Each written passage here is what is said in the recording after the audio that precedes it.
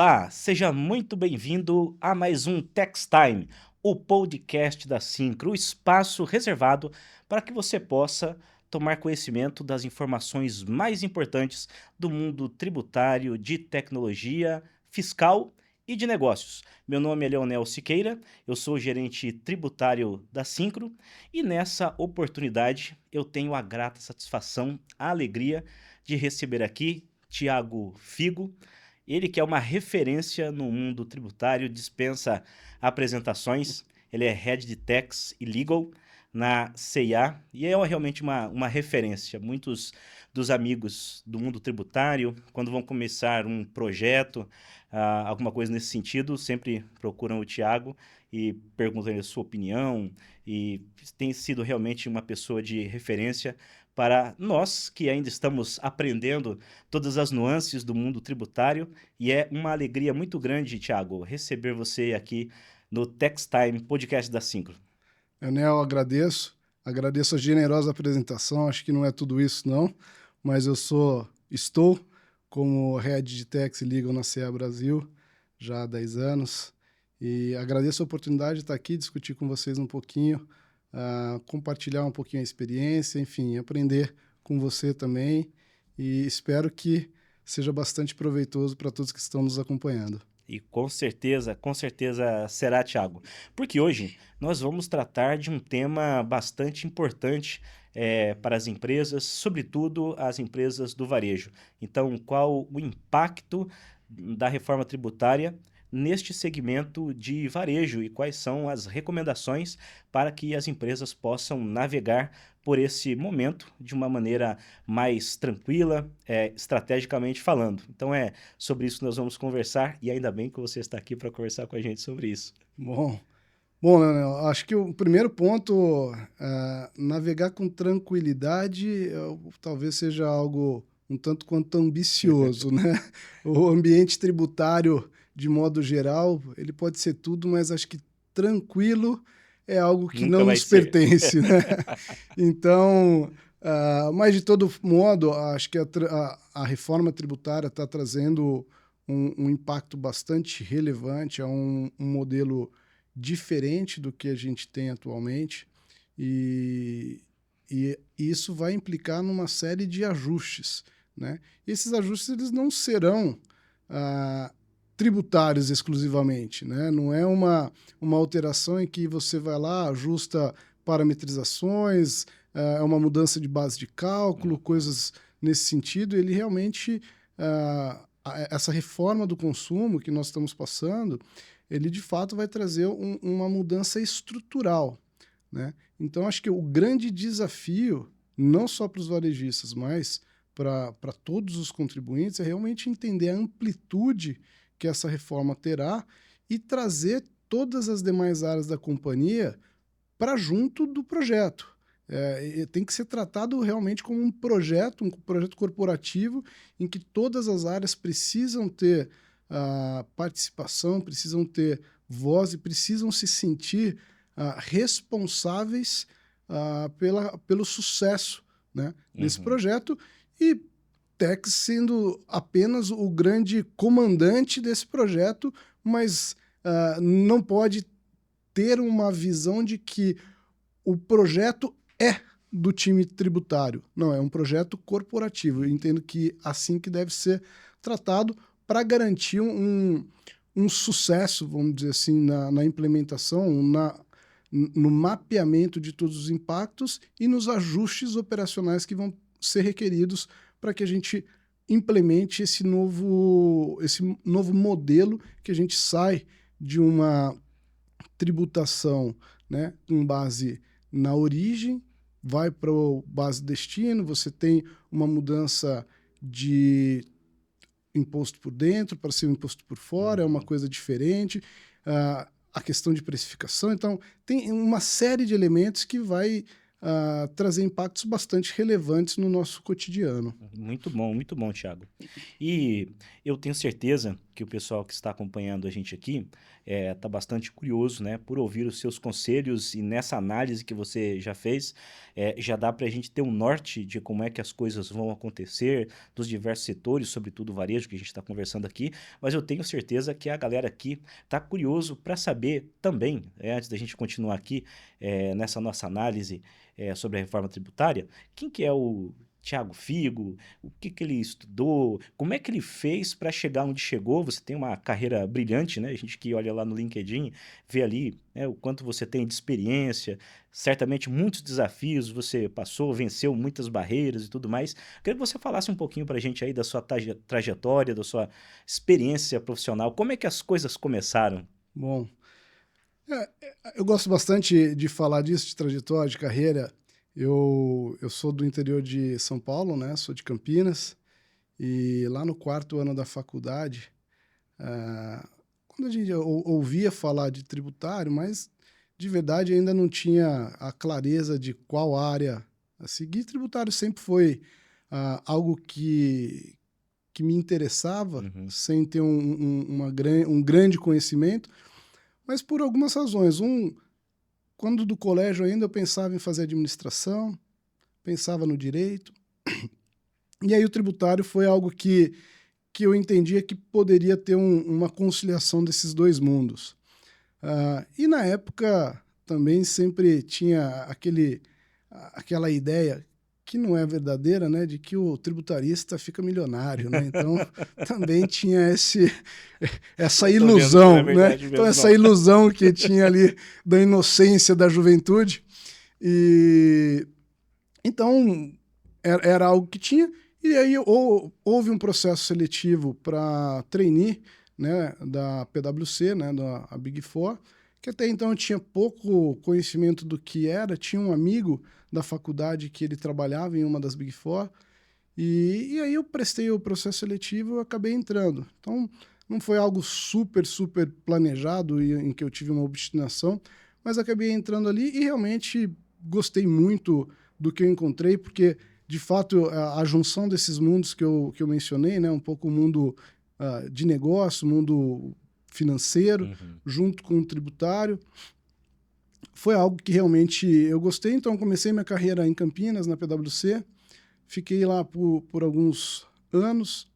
Depois eu tive a oportunidade, que foi uma super experiência, muito rica, quando eu fui transferido para São José dos Campos, quando a PwC estava começando um escritório lá. Então, eu tive a oportunidade, eu diria que eu tive a oportunidade de empreender, Que vamos dizer, legal, né? que Porque eu fui para bacana. a PwC de São José dos Campos começar um escritório do zero, né? Então, sem cliente nenhum, então eu tive que desenvolver toda a habilidade ali de prospecção de mercado, de buscar novos clientes, enfim, estruturar um novo escritório, depois Uhum. contratar pessoas, desenvolver. Então foi uma super experiência, muito rica, uh, que eu acho que foi fantástica, de verdade. Muitas habilidades não técnicas que eu tive que desenvolver nesse momento. Depois eu tive uma passagem fora, num programa de liderança ali da PwC, passei por Salvador, fiquei alguns anos lá, e depois, lá em 2014, eu tive um convite de ir para a CIA, e naquele momento eu achei que fazia sentido, né? Eu adorava o mundo da consultoria, mas eu tinha muita curiosidade de como era trabalhar do outro lado da mesa, como a gente fala, Uhum. né?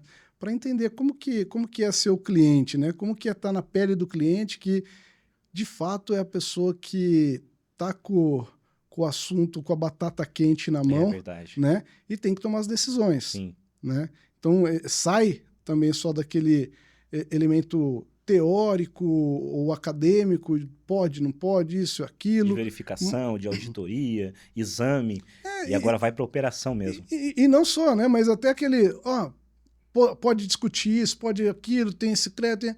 Tá, é bonito quando a gente traz todas as possibilidades, mas a hora que você está sentado e aí você olha, tá bom, tem isso, posso ou não posso, tomo ou não tomo o risco ou não tomo, o que, que eu faço? Então, eu queria ter essa experiência também e eu acabei aceitando o convite. Então, em 2014, me juntei à CIA e tem sido uma experiência maravilhosa, porque eu tive, acho que, muitas oportunidades ali dentro, né? Uhum. De ajustar, reestruturar a área. Depois, em 2018, eu assumi o jurídico, e aí o jurídico, não o jurídico tributário sempre esteve dentro da área de tax, né? Uhum. Quando eu entrei, eu já era responsável pelo jurídico tributário, né? Então o administrativo e o judicial de tributário, e em 2018 eu assumi também o jurídico, né? Então as demais matérias ali do direito, Entendi. trabalhista, consumidor, Hum. contratos, propriedade intelectual, enfim, todas as demais matérias, que tem sido também um super aprendizado. Tive a oportunidade de participar muito ativamente de todo o processo de abertura de capital da C&A Brasil, que Uhum. foi também uma experiência muito rica, a montar toda a área de governança corporativa ali por conta da abertura de capital. Então tem sido muito rica essa experiência, e aí trazer também um pouco desse olhar mais financeiro, mais de negócio, para o jurídico também tem sido uma coisa bastante interessante, para não tornar que o jurídico também é aquele jurídico muito ah, chato, vamos dizer assim, né? Aquele negócio de Acadêmico, né? acadêmico, pode, não pode, porque a linguagem da companhia ela não tem essa tecnicidade, é uma É uma linguagem coisa mais diferente, prática, né, mas Thiago, no dia a dia. exato. Então tem sido muito rico, e agora passar, né, pela reforma tributária vai ser um desafio ainda maior, que tem sido muito bacana. Então, acho que toda essa experiência que eu tive de consultoria, de atender diversos clientes, de segmentos distintos, né, de projetos bastante variados, M&As, projetos de reestruturação, né, reportes para fora, enfim, toda aquela gama que é inerente à consultoria, depois toda a experiência dentro de uma empresa varejista que tem uma complexidade operacional bastante grande, né? A quantidade de transações, enfim, Uhum. tem sido uma experiência muito bacana. E aí acho que isso vai certamente ajudar a olhar a reforma com uma perspectiva diferente. E que conselhos você daria para quem quer também seguir uma carreira brilhante como a sua, que aspectos comportamentais e técnicos essas pessoas poderiam seguir para ter um sucesso, um êxito profissional assim como você tem? Acho que um primeiro ponto, acho que a gente precisa ter uma curiosidade. Eu diria que a curiosidade é um elemento bastante importante, né? O inconformismo, né? Então você está sempre questionando o status quo, se tem algo que pode ser diferente, se pode ser melhorado. Acho que essa proatividade, né, é um comportamento sempre requerido em qualquer área, né? Uhum. Ah, Porque no fim a surpresa, né, para um gestor é sempre aquele algo a mais, né, que foi entregue. Então entregar com excelência aquilo que se espera tem seu valor, por Uhum. óbvio. Mas quando você entrega aquilo que se espera com excelência, entrega algo mais, isso traz toda a diferença, te ah, proporciona ter uma visibilidade da liderança distinta. Uhum. Então, eu diria que, primeiro, entender muito o negócio em que você está inserido, né? Seja Uhum. lá qual segmento, qual área for, entenda muito qual o business que você faz parte, quais as características, quais as peculiaridades dele. Entenda como que as transações são realizadas, né? De que modo aquela operação ocorre, quais são Uhum. os pontos mais relevantes. Com essa compreensão, aí você aporta todo o conhecimento técnico, né, que você tem, toda a visão mais específica da área que você estiver atuando, então, se é do tributário, se é do jurídico, aí você traz esse olhar para dentro dessa dinâmica de negócio, e como que você pode contribuir para aquilo ficar melhor, mais efetivo, com menos atritos, Uhum. né? Porque no final, essas duas áreas são áreas técnicas, e são áreas que têm, num primeiro momento, o objetivo de preservação de valor, né? Então, eu lembro quando eu entrei na CA, uma coisa que eu ouvi bastante foi o primeiro grande planejamento que se tem, isso eu ouvi dos controladores ali, do pessoal do exterior, né? O primeiro grande planejamento que se tem é o compliance. Porque, de fato, não adianta nada você trazer oportunidades brilhantes e depois tomar autuações igualmente relevantes, né? Uhum. Então, não tem como você ajustar uma oportunidade com a torneira aberta e isso trazer instabilidade. Sim. Então, são áreas que inicialmente ela precisa trazer estabilidade, precisa ter confiança para os acionistas, né, para os stakeholders em geral. E aí depois você vem e aporta as oportunidades, a eficiência, que é super relevante, e uma área tributária de toda empresa espera-se que a área tributária traga oportunidades, especialmente no Brasil, né? Verdade. Então, que você contribua também Com com negócio, o né? negócio, com o resultado, né, com o PNL das empresas. Mas tendo em mente que preciso garantir o compliance, preciso entender bastante do negócio, e aí você aportar criatividade, aportar visões alternativas para otimizar a carga tributária, eu diria que esse seria o minha grande recomendação para quem quer entrar. Realmente tenha curiosidade, entenda o que você está fazendo, tenha profundidade. Acho que hoje, muitas vezes, a gente observa uma certa superficialidade em algumas análises, né? Uhum. E aí tem que tomar um Verdade. cuidado maior, principalmente nesse momento em que a facilidade da informação é bastante grande. Então, você pode usar uma inteligência artificial aí para fazer buscas sobre determinados assuntos, vai vir muita coisa. Uhum. Não pode cair na tentação de receber aquilo, tomar como verdade e sair propagando. Então, ajuda muito a encurtar caminhos para você ter base na informação, mas outra recomendação que eu faço, olhe, valide aquela informação, entenda exatamente o que você está fazendo, né? Eu acho que esse é um outro ponto. Entenda os porquês, entenda para que e por que você está fazendo ou sugerindo algo, e não simplesmente fazendo algo sem ter muita clareza da motivação, do propósito daquilo que você está fazendo. Então, essas seriam algumas recomendações, algumas dicas que eu traria. Realmente são dicas de ouro. Vai aí, então, essas recomendações, esses conselhos, para que você que está nos acompanhando aí possa refletir e pôr em prática, né, Thiago? Sim. Agora, no caso, nesse momento que nós estamos vivendo, nós percebemos uma série de setores, de segmentos realmente sendo impactados pela reforma tributária, como você bem colocou, e a gente vê que o setor varejista é um dos que mais talvez seja impactado por isso, uma vez que a reforma tributária é sobre o consumo, o varejo está próximo, né, dessa modalidade aí de tributação, digamos assim, agora, atuando diretamente com os consumidores finais, muitas vezes, comprando um monte de produtos com tributações diferenciadas, né? A gente vê a própria reforma tributária tendo a possibilidade de que os varejistas, nessa metodologia de recolhimento de tributos, split payment, poder ter um split payment simplificado, né, com uma alíquota ali estimada. Como é que você vê esse impacto, então, no setor varejista? Como é que o pessoal está reagindo aí, sobretudo? Como é que os tributaristas estão entendendo essa modalidade de tributação que recai agora também sobre o varejo? Bom, eu acho que alguns pontos que o varejo, né, vai precisar repensar. Tem muito varejo que a parte logística era ou ainda é um elemento bastante relevante. Uhum. E não pelo aspecto operacional, efetivamente, né? Entendi.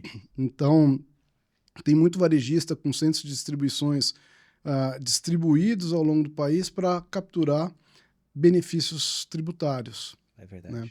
Então, com a reforma, isso precisa ser repensado. Né? Então, tem muito varejo que o modelo de negócio vai precisar ser reavaliado como um todo. Uhum. Né? E aí, eu acho que é uma parte positiva da reforma, porque você começa a olhar as coisas numa perspectiva de negócios efetivamente, aquilo que faz sentido para o negócio. Não, por exemplo, você ter um centro de distribuição no Tocantins porque tem um benefício tributário específico e toda a sua rede de consumidores está no sul, né? Então você traz uma ineficiência operacional para capturar um ganho tributário. Hoje é algo que faz sentido pelo resultado econômico que isso traz. Perfeito. Mas pensando operacionalmente, é totalmente ineficiente. Muitas vezes, pensando na experiência do cliente, você traz um lead time maior para ter o produto à disposição do cliente, enfim, tem uma série de elementos. Acho que com a reforma isso leva para um lugar mais razoável, né? Porque você efetivamente vai estruturar a sua operação onde ela faz sentido do ponto de vista operacional. É verdade. Né? Então você vai colocar centros de distribuições onde fizer sentido por conta da agilidade que você tem para fazer o produto chegar nas lojas ou no cliente da forma mais rápida possível. Mas para esses contribuintes que têm todo esse benefício tributário na logística, ele precisa repensar as margens, como que vai acontecer. E tem um outro ponto que entendo que naturalmente as coisas vão se adequar, mas acho que para o varejo um outro elemento desafiador vai ser a questão de precificação, né? Porque hoje os clientes estão acostumados a ter preços muitas vezes parecidos, né, se não iguais, nas diferentes unidades que você vai. É verdade. Né? Isso, obviamente, depende muito do tipo de varejo. Né? Então, quando a gente fala varejo, a gente tem uma amplitude de produtos, né, ou de segmentos do varejo, que isso muda a depender do segmento de varejo que você está inserido. Mas alguns, principalmente aqueles que têm precificações mais padronizadas, imagine um cliente que está acostumado com esse cenário e aí, né, no momento pós-reforma, em cada lugar que ele vai, em cada cidade, é um preço diferente. Ainda é algo que vai ser preciso ter uma educação para o nosso consumidor, porque nós, no geral, o brasileiro não está acostumado com essa questão do VAT, né, do preço por fora. Então, vai precisar, sim, ter um momento de... E aí eu entendo que o varejo vai ter que cumprir um papel bastante importante nessa educação, né, do consumidor para entender o que está mudando. Né? Porque hoje ele vai ali na área de vendas, né, ele pega um produto que ele vê ali a precificação de 10, ele passa no caixa, né, no PDV, e ele paga 10. Pós-reforma, ele olha, e aí é algo que o varejo vai precisar entender como que vai se adequar a isso, se vai colocar 2 preços expostos, né? Então vai colocar que é 10 e o preço a pagar com impostos, né? Então vai colocar preço sem impostos, preço com impostos, para que o cliente consiga entender o que ele vai pagar ali na boca do caixa, né? Ou se ele vai simplesmente informar 10, mas aí a hora que o cliente chega no caixa, ele vai pagar lá 13, por exemplo. Acho que toda essa dinâmica é algo que precisa realmente ser pensado e como que isso se dará na transição. E aí entendo eu que o varejo terá, sim, um papel bastante relevante dentro dessa dinâmica, em especial em como você vai fazer essa educação desse novo modelo de tributação, né, que impacta a forma como que os tributos são cobrados ali na ponta da venda. Acho que o varejo vai ter um papel importante para fazer a educação do consumidor nessa transição. Interessante que você comentou. Então, nesse sentido, vamos imaginar que eu que também, né? Hoje você nasceu em Campinas, não mora mais lá. Eu nasci em Campinas também e estou morando numa cidade perto, que é Valinhos. Então, quer dizer que em Valinhos eu tenho a nota fiscal do consumidor, vou pegar um produto e vou dizer assim, aqui o imposto, né, o IVA é 5, eu paguei 5. Aí na cidade irmã, vizinha, vou lá, o mesmo produto, opa, aqui o produto é 6. Então, o tributo vai estar claro para eu saber, e aí eu vou saber, inclusive, eu vou poder cobrar as entidades políticas, o prefeito. Olha, o imposto aqui do município é mais caro do que no município vizinho. A transparência, então, vai ser alguma coisa nesse sentido. Bastante. Que legal, hein? E nesse exemplo, a depender do que você for comprar, obviamente que produtos de maior ticket, né? Muitas vezes você vai parar ali e refletir sobre se você vai comprar em Valinhos, Olha que se você legal. vai em Vinhedo, que é ali do lado também, ou se vai em Campinas, né? Porque a depender do valor, 1% para lá, 1% para cá, pode fazer bastante Bastante diferença. diferença, é Né? verdade. Então, como dentro da alíquota do IBS, a gente vai ter a parte municipal, né? Então, isso vai mudar, né? O IBS, a alíquota do IBS vai mudar a depender da cidade. Então, essa dinâmica toda, ela vai ser algo que a gente vai descobrir como que vai funcionar. Que legal. É interessante isso que você comentou, porque talvez alguém que esteja nos acompanhando aqui não seja da área tributária e aí acabe pensando assim, bom, mas hoje, quando eu pego um cupom fiscal na mão, tem lá o valor dos impostos. Uma jornalista uma vez me perguntou sobre isso, né? Você está dizendo aí, ela perguntou para mim, você está dizendo aí que agora os tributos com a reforma, isso faz bastante tempo, se um dia acontecer a reforma tributária, os tributos eles serão mais claros, mas hoje já tem no cupom fiscal. E aí eu lembrei, né, a essa pessoa. Eu falei assim, olha, é o valor aproximado que está lá, né? A descrição do cupom fiscal diz que é valor aproximado. Porque a tributação começa na indústria e aí vai se transformando, que vendeu para o atacadista, para o distribuidor, que foi para o varejista, até chegar na mão do consumidor final. A cadeia é grande e a tributação efetiva já se perdeu, né, Thiago? Sim, isso de fato vai acontecer. Isso está certo, né? Hoje, se você pegar um cupom fiscal, ele tem lá os impostos, os tributos estimados, aproximados ali, que é uma estimativa, mas não é efetivamente a carga que se tem. Uhum. Ali agora, com a nova sistemática, eu vou saber exatamente o que é produto e o que é tributo. Uhum. Né? Então, acho que isso também é uma coisa que, olhando de uma forma prospectiva, né? Olhando ali a mais longo prazo, eu entendo que tem um potencial de ser bastante benéfico, porque você vai permitir uma maior cidadania fiscal para a população. A verdade hoje é que as pessoas não têm essa clareza. Sabe-se que a tributação no Brasil é alta, mas se a gente for pegar a grande parcela da população, eles não entendem exatamente o que isso significa, né? Porque eles compram um produto, tá caro o produto. E muitos sequer pagam imposto de renda, né? Porque estão abaixo da faixa de isenção, né?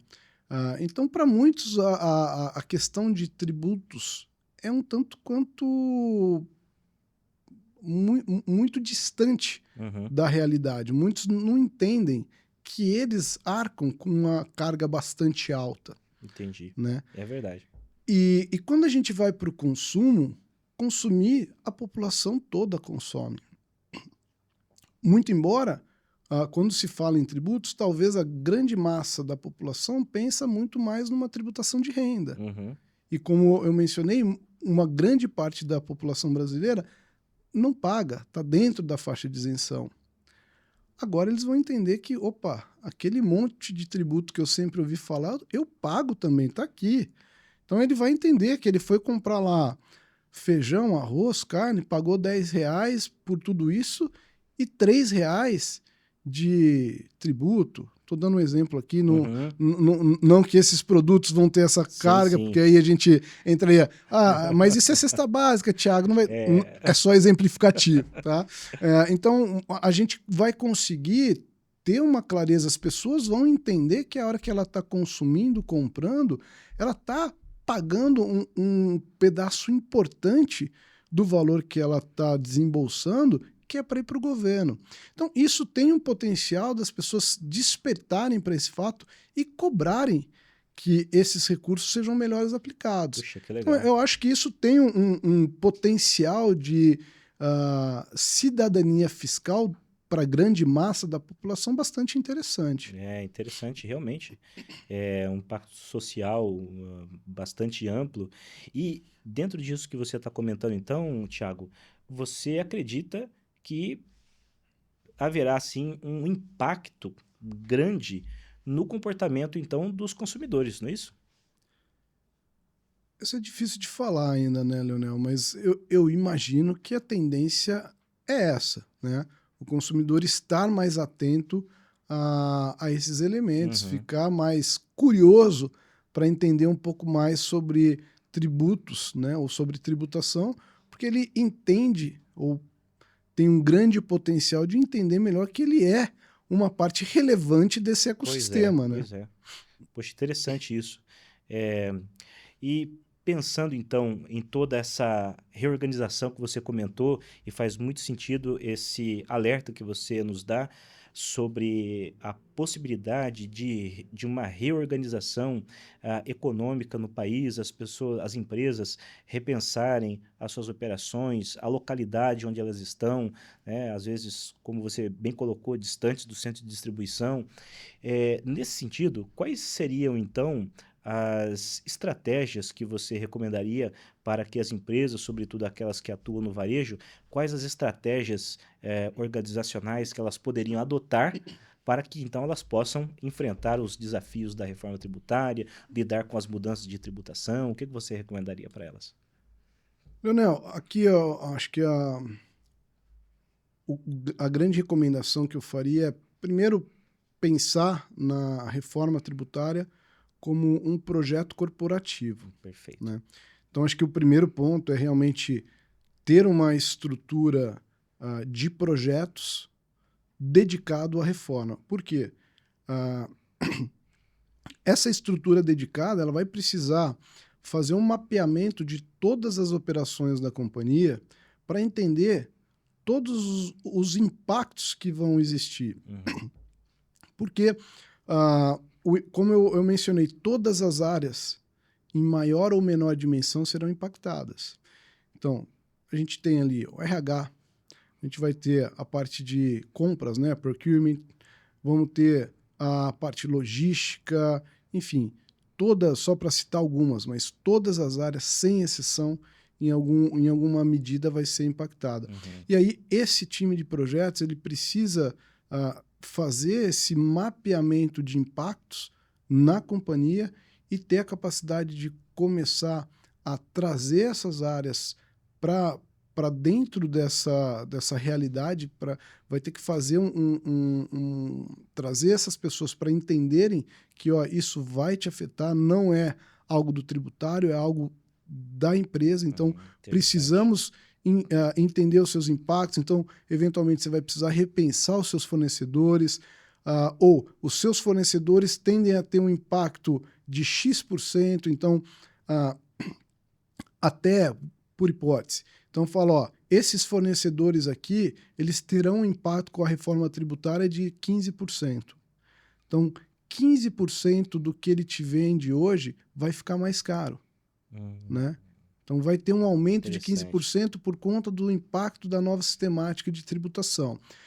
Então, no limite, pensando só em reatividade, deveria trazer e falar, para esses fornecedores aqui, se eles quiserem repassar um aumento de 15%, 15% faz sentido, é efetivamente o impacto que ele terá da reforma.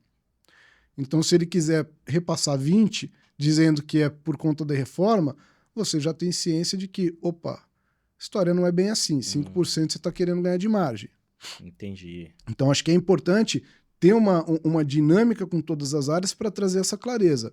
E outros pontos, eventualmente, até repensar os fornecedores, ou qual tipo de fornecedor, se é um fornecedor que está no simples, que está no MEI, para esses aqui o impacto vai ser maior, então vai ficar muito caro comprar deles. Vale mais a pena você buscar fornecedores que estejam no lucro real ou coisas do tipo. Então, vai precisar realmente trazer uma discussão muito grande, né? Você vai ter um impacto, por exemplo, numa visão financeira de receita bruta, receita líquida, né? A depender das métricas que uma empresa hoje utiliza, né? Total de receita. Imagine ali num orçamento, né? O time de FP&A fazendo um orçamento no momento da transição, de repente ele vai olhar para você e falar, olha, Leonel, você gastou R$1 milhão hoje, o seu orçamento esse ano foi de R$1 milhão.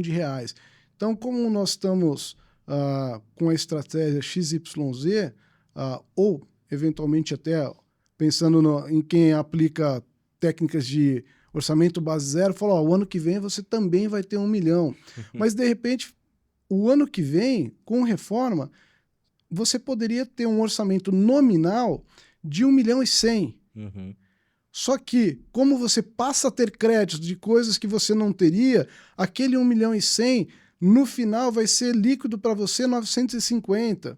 Então, essas conversas elas vão precisar existir, porque do contrário, você vai receber R$1 milhão de orçamento, você vai achar que, ok, é o mesmo orçamento do ano passado, eu consigo navegar bem, só que com o impacto da reforma, essas coisas não vão ser exatamente assim. Então, aqui só alguns exemplos, mas você tem uma série de impactos dentro da organização que precisam ser olhados. Então, de novo, não é um projeto do tributário, é um projeto da companhia. Todas as áreas serão afetadas. E aí o que eu recomendo é ter uma equipe de projetos que consiga realmente fazer um mapeamento de impactos, ou pelo menos um mapeamento dos principais impactos, e para cada uma dessas dimensões ir tendo um plano de trabalho. O que faremos para absorver, minimizar ou evitar os impactos que virão. Então, isso eu acho imprescindível. Tem coisas que a gente já está há um ano, teoricamente, do início. Esse primeiro ano ainda vai ser tímido, mas tem muitas coisas que eventualmente sejam mudanças mais estruturais. Então, também precisa ter essas conversas o quanto antes, porque se forem elementos estruturais, demora-se mais tempo para executar. Sim. Às vezes você vai precisar fazer ajustes que demandam investimentos, então também precisa ter todo um planejamento. Enfim, essas conversas elas precisam ocorrer o quanto antes. Então, minha recomendação é, e aí cada empresa vai ter uma realidade, vai ter um impacto. Recomendação, tenha realmente essa equipe dedicada para olhar para a companhia como um todo, e aí realmente você vai trabalhando em partes os impactos. Excelente dica, e você nos traz um alerta muito interessante da responsabilidade, não só do tributário, né, mas de todas as áreas que estão envolvidas no sucesso da companhia, né? Reforma tributária, então, pelo que eu entendi das suas observações, é uma missão de todas as áreas da empresa, né? E agora me diga uma coisa, Thiago, dentro dessa realidade, dessa missão, dessa importância que todas as áreas da empresa, da corporação precisam ter para atender a reforma tributária, uma vez que agora é uma tributação financeira, né, como você colocou, tem a questão do pagamento, não antecipado, mas do recolhimento na hora do recebimento, split payment e tudo mais. Como conscientizar essas áreas todas, Thiago? Quem seria talvez a área protagonista que vai puxar essas demais áreas e explicar toda a necessidade, o impacto da reforma tributária e como fazer que todas essas áreas dentro da empresa se conversem da melhor maneira possível? Como fazer esse tipo de... Acho que quem tem que puxar isso, para mim, não tenho dúvida que é a área tributária. Acho que a área tributária ela tem uma oportunidade única de exercer um protagonismo e exercer uma influência em todas as áreas como ela nunca teve. Que bacana. Né? Apesar de, quando a gente fala hoje, a área tributária ela já tem ponto de contato com praticamente, se não todas as áreas, né? ela passa a ter uma oportunidade de exercer um protagonismo ainda maior com a reforma. Então, e aí até acho que essa é uma super oportunidade, porque a área tributária, ela entende de tributos, ela entende de contabilidade, ela entende um pouquinho de legislação, né, de direito de uma forma geral, Uhum. ela precisa entender de negócio, ela precisa entender... Então, ela tem uma visão sobre a empresa bastante grande. E agora acho que é uma super oportunidade de mostrar para a companhia como um todo esse conhecimento. E aí fazer essas conexões, trazer a clareza para cada área e demonstrar para outras áreas como diversos pontos são conectados, ainda que as pessoas não percebam. Uhum. Então, eu entendo que a área tributária, ela é responsável por isso. Como eu falei, o projeto é da área tributária, porém, ele é um projeto corporativo. Perfeito. Tem que ter o apoio, né, e o suporte da alta liderança das empresas, da alta liderança de cada área ali, para que realmente haja uma boa conexão e uma boa aderência para que haja sucesso. Porque se entenderem que é um projeto da área tributária e a área tributária que vai ter resolver tudo. que resolver, a probabilidade disso não terminar bem sucedido, eu diria que é relativamente alta. Uhum. Perfeito, perfeito. Mais uma excelente dica para o pessoal que acompanha a gente. Eu já ouvi algumas pessoas realmente dizendo isso, né? Aliás, não dizendo isso, dizendo a contabilidade ou o pessoal do tributário vai resolver todas as coisas porque é uma legislação tributária.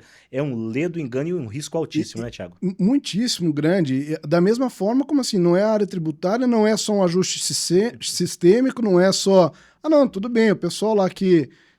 os provedores de ERPs, eles estão sabendo, eles vão ajustar, tá tranquilo, alguém vai olhar, a gente só tem que se preocupar em continuar fazendo o negócio como a gente faz. Não, não é isso. Tem uma mudança na estrutura de negócio, em qualquer segmento. Tem uma dinâmica diferente. Então, assim, quem for para esse lado e achar que o tributário e o time de TI vão se conversar, ajustar os sistemas, fazer as reparametrizações e vida que segue, está completamente enganado. Estratégia de precificação muda, você tem que ter clareza dos impactos no fornecedor para você não impactar demasiadamente o seu custo. Uhum. Então, assim, tem uma série de elementos realmente que precisa colocar. Definitivamente não pode ficar dentro da área tributária ou achar que ajustes sistêmicos é todo o impacto que vai ter em relação a isso. Não é. E nesse momento que tão aguardado, né, que está se aproximando do período de transição, os dois regimes ali coexistindo, o novo e o antigo também, os dois sendo tendo que ser simultaneamente atendidos, como é que o time tributário ali se prepara para atender essa questão? É um time que vai cuidar de uma coisa, outro de outra, ou todo mundo tem que estar especializado nas duas coisas para atender? Qual que é a sua visão sobre esse momento aí? Essa é uma ótima pergunta e algo que a gente observa que é bastante discutido entre os gestores tributários, né? E aí você vê opiniões diversas em relação a como lidar com isso. É um período longo, né, na transição, então até 2032 não dá para deixar de ter pessoas que conheçam bem o ICMS, né?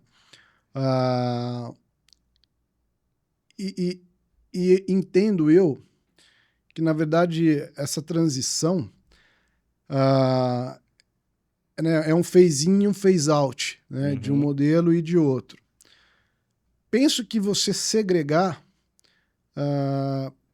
eventualmente você pode ter sinergias ou ter vantagens por um lado, mas vai ter desvantagens de outro.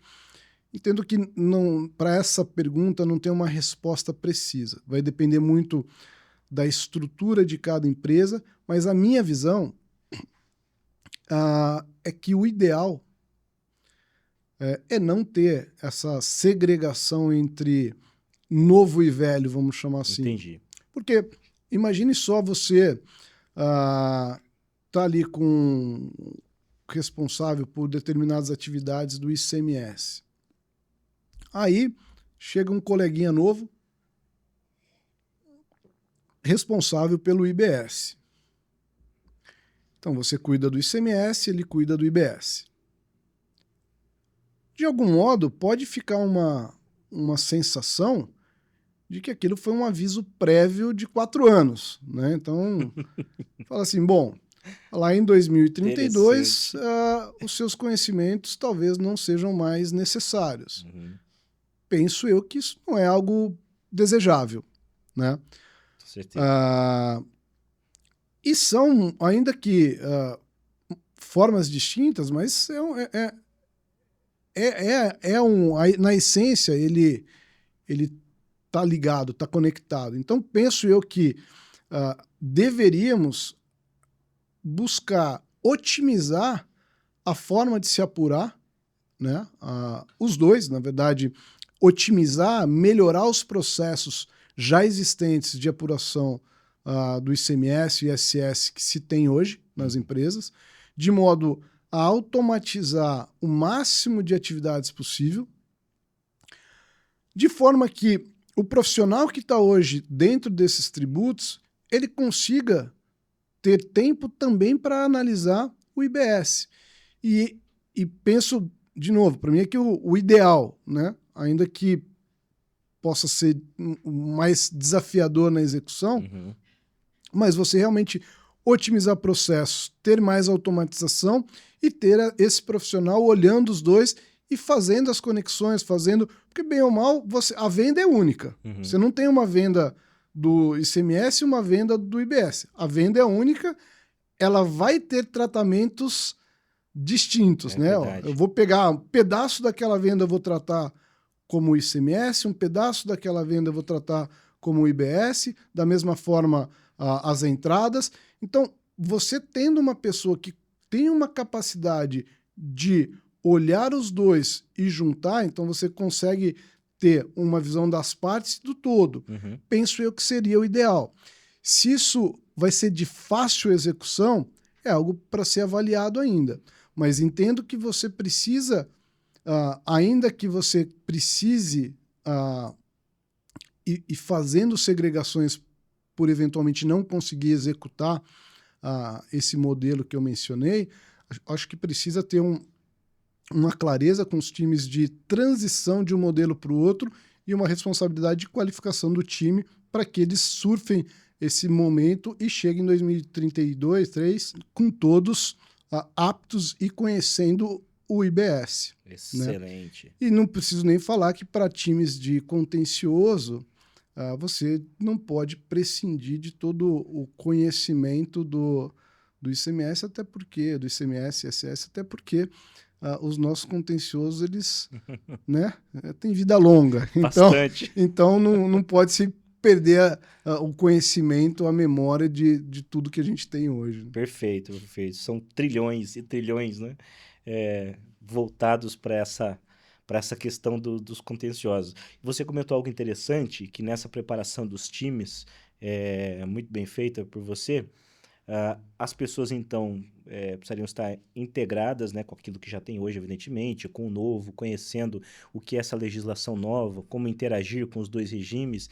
E você falou bastante também da questão dessa interação dessas pessoas com tecnologia, né?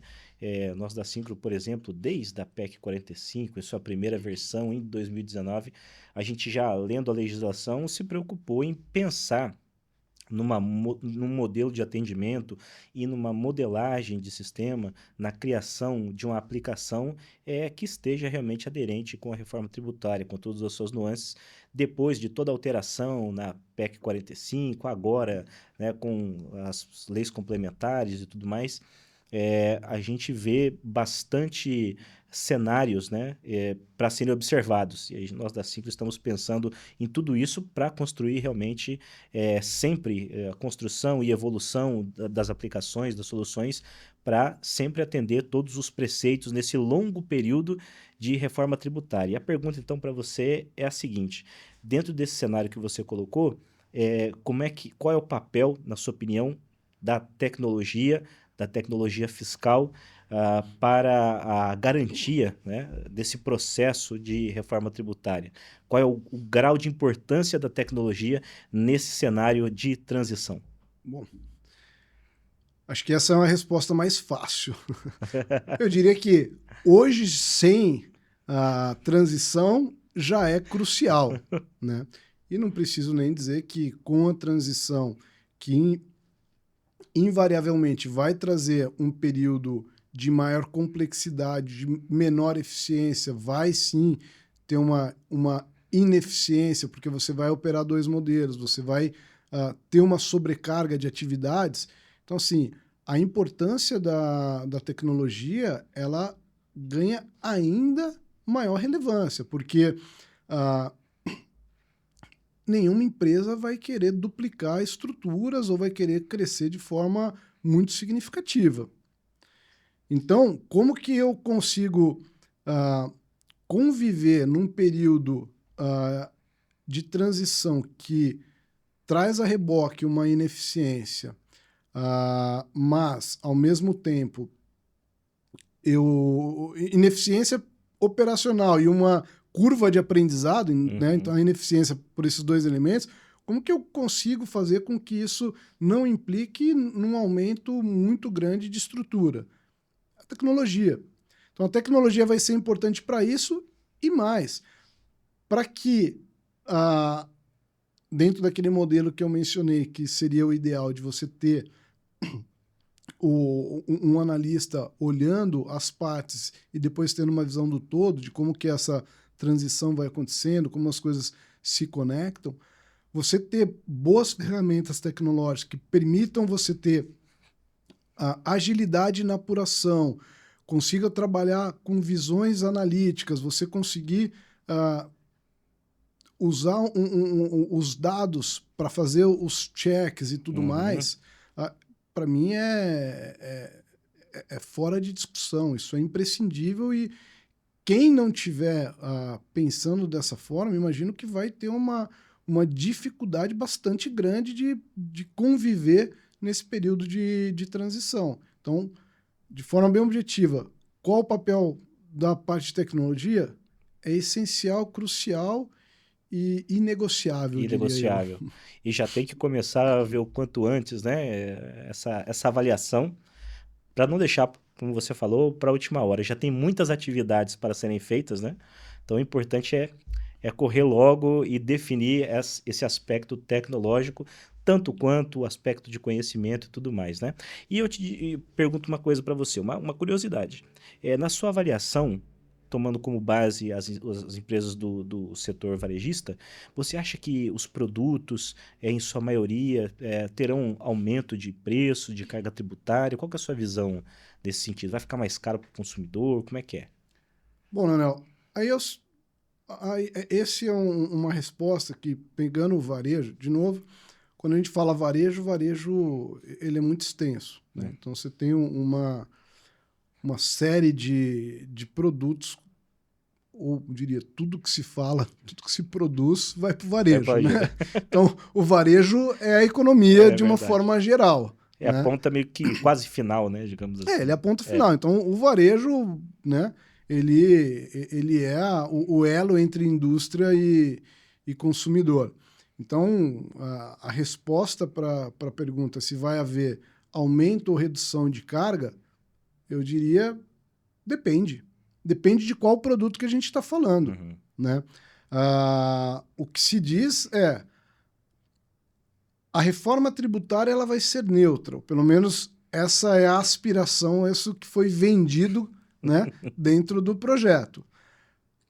Ela é neutra na perspectiva do fisco. Então, na melhor das hipóteses, se tudo der certo conforme desenho, essa neutralidade ela só existe na perspectiva do fisco. Ou seja, com a reforma, o fisco arrecadará ou deveria arrecadar exatamente os mesmos volumes de arrecadação atual.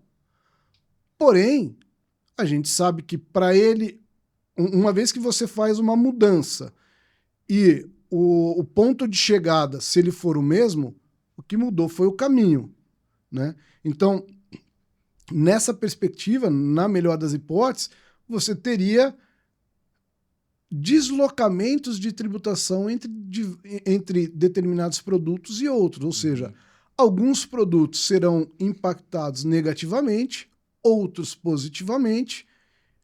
Não estou entrando na parte de serviços aqui, né? Então, depende muito de qual varejo estamos falando. Então, talvez, se você pegar um supermercado que tem uma variedade, uma gama de produtos bastante grandes, do básico, né, de itens de cesta básica a itens supérfluos, ele vai ter de tudo ali. Ele vai ter produtos que vão ter preço reduzido, outros bastante impactados de forma negativa. E aí, pensando nesse varejo com uma amplitude de itens assim, se ao final para ele vai ser neutro ou não, dependeria muito do mix de produtos, qual o peso, qual a relevância nas vendas de cada um desses produtos. Então, aqui vai ter de tudo, vai ter itens que vão ser beneficiados e deveriam ter preços de venda ao consumidor reduzidos e outros que certamente serão impactados negativamente e vão custar mais caro. Perfeito. Então, a dica e a lição de casa é que as empresas realmente façam as devidas simulações, né, Thiago? Revejam as suas precificações, a sua política de precificação, né? A margem dos produtos. Acho que é um bom caminho, aliás, e urgente, né? Um caminho urgente que as empresas devem seguir para tentar antecipar o quanto antes o impacto econômico nos seus negócios, né? Sem dúvida. Por isso a importância dessa equipe de projetos, porque quando a gente fala, ele vai falar com o time comercial, ele vai ter que falar, não é com uma pessoa, né? Então ele vai ter que falar com os líderes de produtos. Então, dependendo da complexidade da estrutura de uma empresa, esse falar com o comercial é um monte de gente. Realmente, né? Verdade. Então, é a pessoa que é responsável por determinada categoria, determinado produto, enfim. Você tem uma série de impactos ali. Então, quando você fala o comercial, não é uma pessoa. Tá bom, o fulano que vai ser o responsável por conversar de reforma tributária com o time de tax. Não. Talvez para cada grupo ali, para cada produto, ou para cada BU, vamos dizer assim, você vai ter que ter uma conversa diferente, né?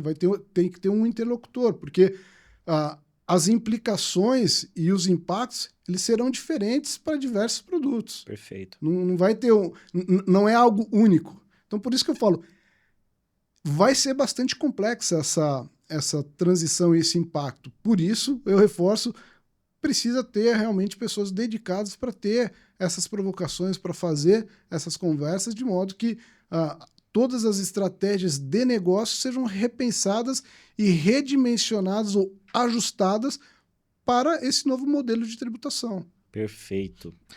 Muito bom. Thiago, eu por mim conversaria com você o dia todo. Tem muito assunto para a gente conversar, né? De reforma tributária, mesmo aquilo que já existe hoje no âmbito da legislação tributária é vasto, é um assunto bastante grande, né? E você trouxe bastante conselhos, análises muito precisas para o pessoal que está acompanhando a gente aqui. Imagino que se o pessoal assistir e pôr em prática, né, tudo aquilo que a gente está produzindo aqui, você aconselhando e fazendo análises muito importantes, eu tenho certeza que o pessoal terá um grande ganho e um norte para seguir nesse caminho de transição, de atendimento para a reforma tributária.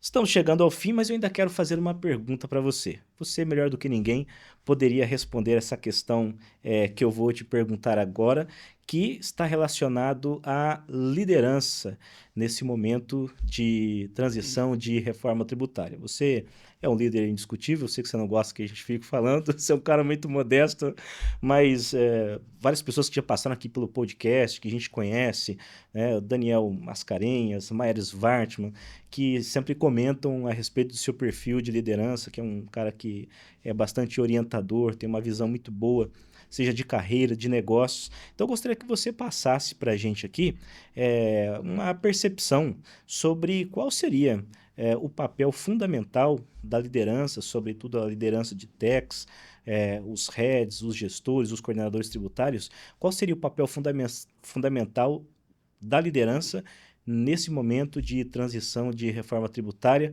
Será que é necessário passar tranquilidade, ao mesmo tempo engajamento, força?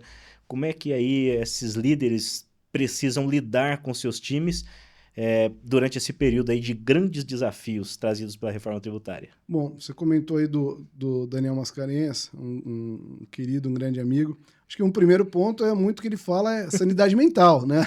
A gente precisa prover ao time sanidade mental, que significa tranquilidade, né? Então a gente precisa passar muita tranquilidade, não permitir que o time entre num modo desespero, né? Então acho que tem que demonstrar muita organização, uma visão clara do que está sendo feito, aonde a gente vai chegar, qual o caminho que será percorrido, para que todos entendam realmente tudo o que está acontecendo, da onde a gente está partindo, aonde iremos chegar e qual o caminho que será percorrido para isso. Então, você compartilhando essa visão desse período de transição, acho que as pessoas já conseguem entender um pouquinho o que vai acontecer, como que elas serão impactadas e qual que é o papel que cada uma terá nesse período. Então, acho que um primeiro ponto que entendo que é bastante relevante é dar esse direcionamento, dar essa clareza e dar essa tranquilidade. E o segundo ponto é realmente dar todo o suporte, né?